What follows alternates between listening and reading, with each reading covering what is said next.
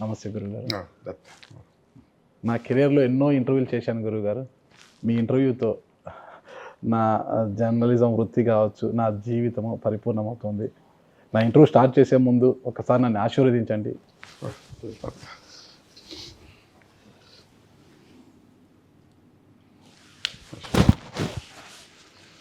మొట్టమొదటిసారిగా నిన్న రాత్రి నేను ఇక్కడికి వచ్చాను మన ఆశ్రమానికి. ఉదయమే మొత్తం కూడా చూశాను. ఇక్కడికి వచ్చాక నాకు ఒక ఆశ్చర్యం కలిగింది గురుగారు. మన ఆశ్రమంలో 2106 సాలగ్రామాలు హరి సన్నిధి. అసలు ఇంత సాలగ్రామం నుంచి చిన్న సాలగ్రామం వరకు ఉన్నాయన్నమాట.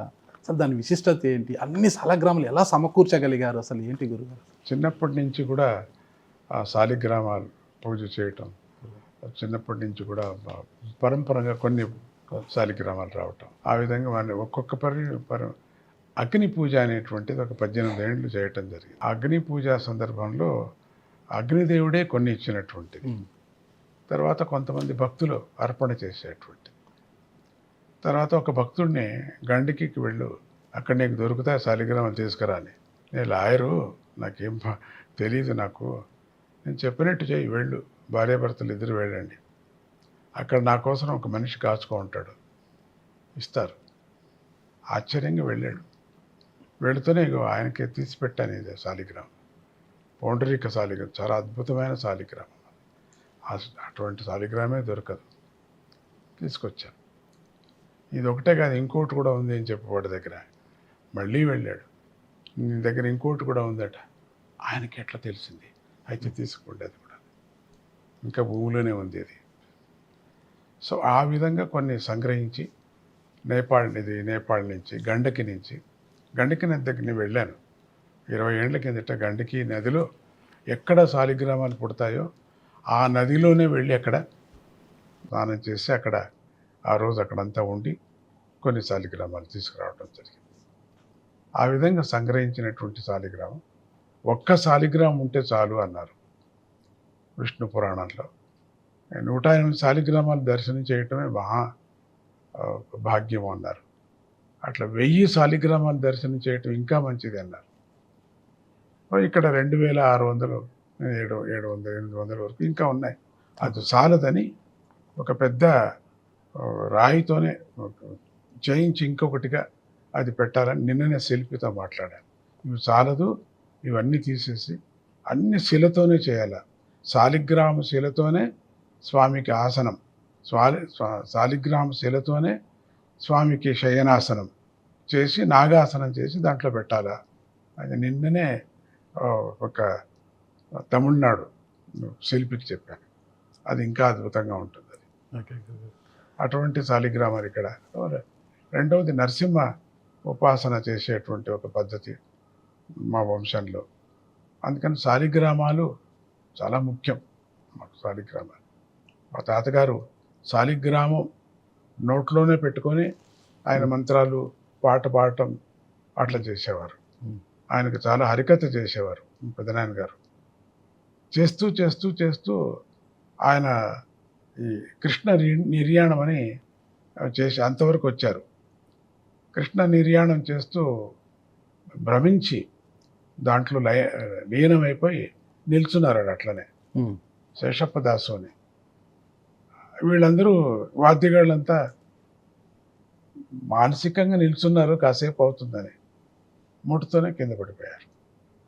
అంటే అట్లా నామస్మరణ చేస్తూ దివ్యనామాన్ని చేస్తూ హరికథను, హరికథ కాదు అది, అట్లా ఉపన్యాసము కాదు, ఒక విశేషమైనటువంటి ఒక ప్రక్రియ అది. దాంతో అంటే వాక్యాలతో చెప్పటం, ఆ వాక్యాన్ని వ్యాకరణించటం, దానికి సరైనటువంటి రాగంతో పాట పాడటం, తర్వాత బాడీ లాంగ్వేజ్ మొత్తం బాడీని తిప్పుతూ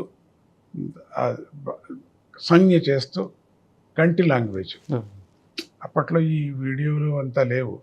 వీడియోలు మరి ఫొటోస్ ఉండింటే బాగుండేమో అనిపిస్తుంది. అప్పట్లో లేవు కదా, అంతగా లేవు, టెలిఫోన్స్ కూడా లేవు మనకు.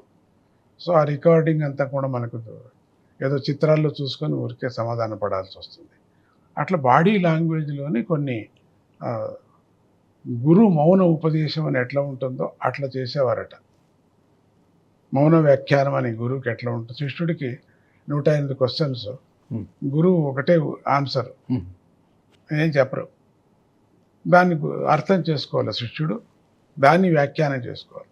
ఆ వ్యాఖ్యానం చేసుకునే దానికి ఆయన్నే సేవ చేయాలి, ఆయన దగ్గరే ఉండాలి, ఆయన దగ్గరే విద్య నేర్చుకొని గురువు యొక్క మౌన వ్యాఖ్యానాన్ని తెలుసుకోవాలి. ఆ విధంగా ఆయన శేషప్పదాస్ అని బ్రహ్మచారి 100 సంవత్సరాలు బతికారట. అట్లే ఆయన అట్లనే పోవటం జరిగింది. విశేషం, మీరు ఎన్నో ఇంటర్వ్యూలు ఎక్కడెక్కడో చేసి ఉంటారు, ఎందరో మహానుభావులు ఎవరెవరిదో విచిత్రాన్ని వింటూ ఉంటారు.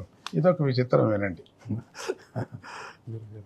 ఈ సాలగ్రామాలు చూసాము, ఈ హరి సన్నిధి గురుగారు, దాన్ని మనం దర్శించడం వల్ల వచ్చే ఫలితం ఏంటి, ఫలితం ఎలా ఉంటుంది అసలు? ఇప్పుడు ఎవరైనా మామూలుగా మన గరుడ పురాణంలో చెప్పినట్టుగా మనం కర్మభూమిలో పుట్టాం. ఈ కర్మభూమిలో పుట్టిన తర్వాత ప్రతి ఒక్కరూ ఈ కర్మాన్ని ఆచరించాల్సిందే. కర్మ నుంచి ఎవరు ఎస్కేప్ కాలేరు.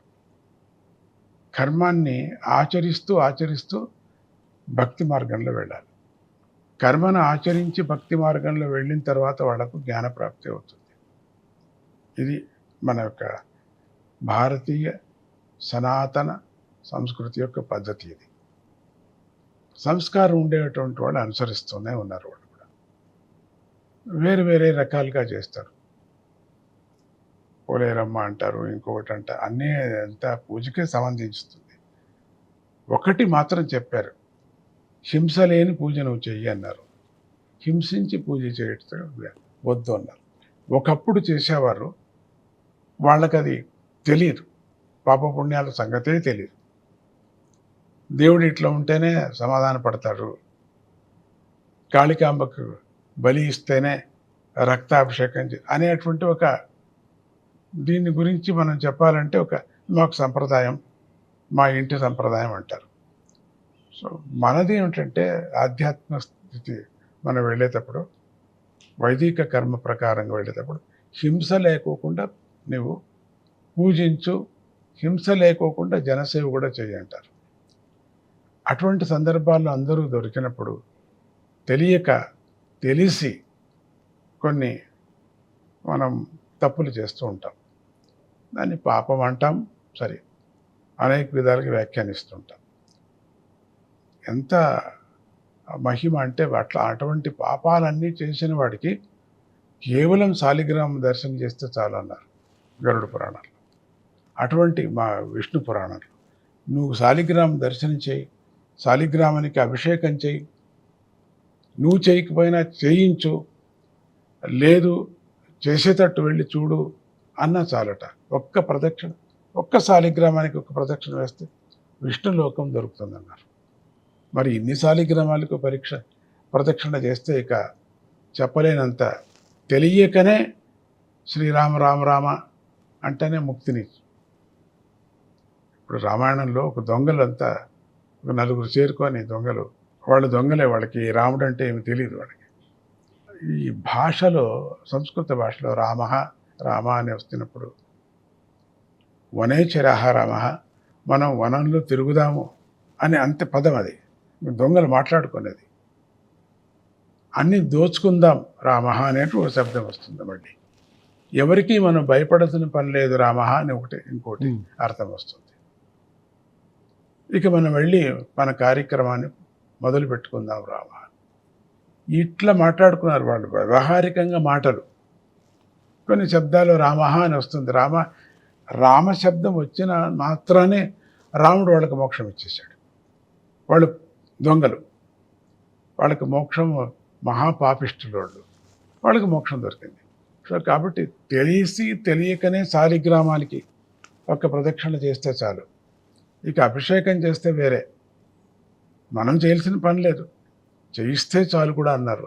ఒక్క నమస్కారం చేస్తే చాలు, నారాయణ హరే నారాయణ అంటే కూడా చాలని. అందుకని ఈ శాలిగ్రామాలు ప్రతి ఒక్కరు ఇక్కడ వచ్చిన వాళ్ళంతా దర్శనం చేసి ఒక ప్రదక్షిణ చేయండి అంటుంటారు స్వామీజీ. అది ఆ గొప్పదనం వాళ్ళందరికీ దొరకని, అందరూ ఇక్కడ యాత్రార్థిగా వచ్చిన వాళ్ళందరూ చూడండి అనే దృష్టితో దాన్ని ఇక్కడ పెట్టడం జరిగింది.